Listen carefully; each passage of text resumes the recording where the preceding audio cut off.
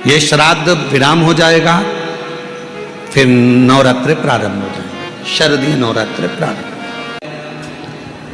अब की बार तो नवरात्रे 10 दिन के हैं। आप सभी को बहुत बहुत बधाई। माँ दुर्गा भवानी के जवारे क्यों बोए जाते हैं, जोत क्यों लगाई जाती है, कलश स्थापना क्यों होती है? माँ भवानी को सौभाग्य सामग्री, सुहाग सामग्री का स्मरण क्यों, कन्या भोज क्यों, कन्याओं का चरण पूजन क्यों? क्यों भैया, कभी किसी ने पूछा कि 4 नवरात्रे होते हैं? अब जब 4 नवरात्रे होते हैं तो क्या पितृपक्ष एक ही होगा? जम के बोलो जरा। पितृपक्ष भी 4 ही बार आता है। हम उसको 3 बार जान नहीं पाते, पर चौथे बार में हम सर्दी आने से पहले उसका स्मरण करते हैं। 4 नवरात्रि के रूप में क्यों होती है?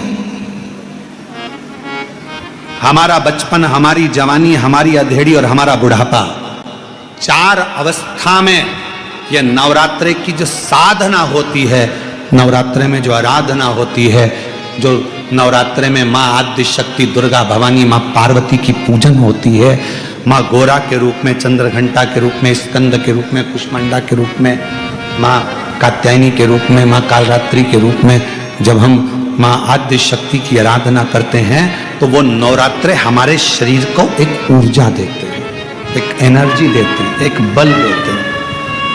कलश की स्थापना क्यों करते हैं? आज शिव महापुराण में शुरुआत में अपन शिव और पार्वती की यही संवाद को लेकर चलते हैं।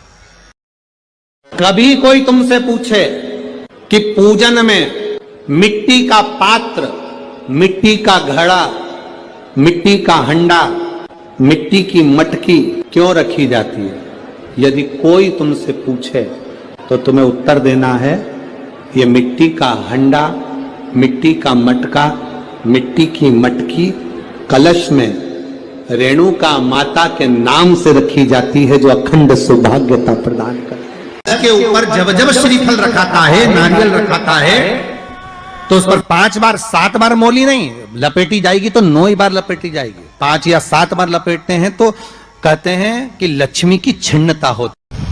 बहुत ध्यान देना महाराज, कलश का जो मुख होता है, उस मुख पर भगवान विष्णु का स्थान होता है। किसका स्थान है? भगवान विष्णु का।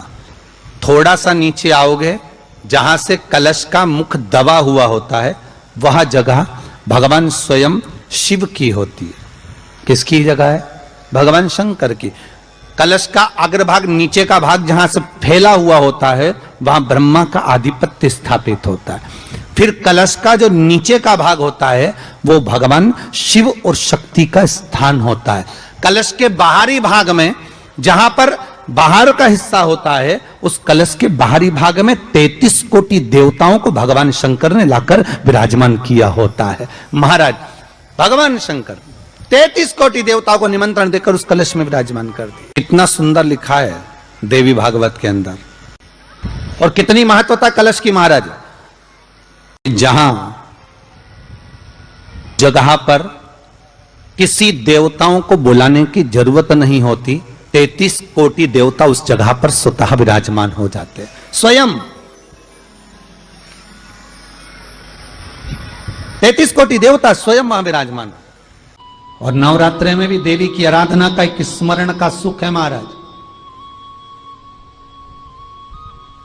ज्योत का विधान है, नवरात्रि में देवी की ज्योत लगती है, अखंड ज्योति लगती है, जवारे बुआए जाते हैं, कलश लगता है।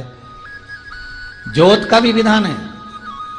जिसके यहां दिया अखंड जलाया जाता है, अगर वो दिए की लो, दिए की बाती अगर दक्षिण दिशा की होती है, तो उसके घर में साल भर में एक घात जरूर होती है।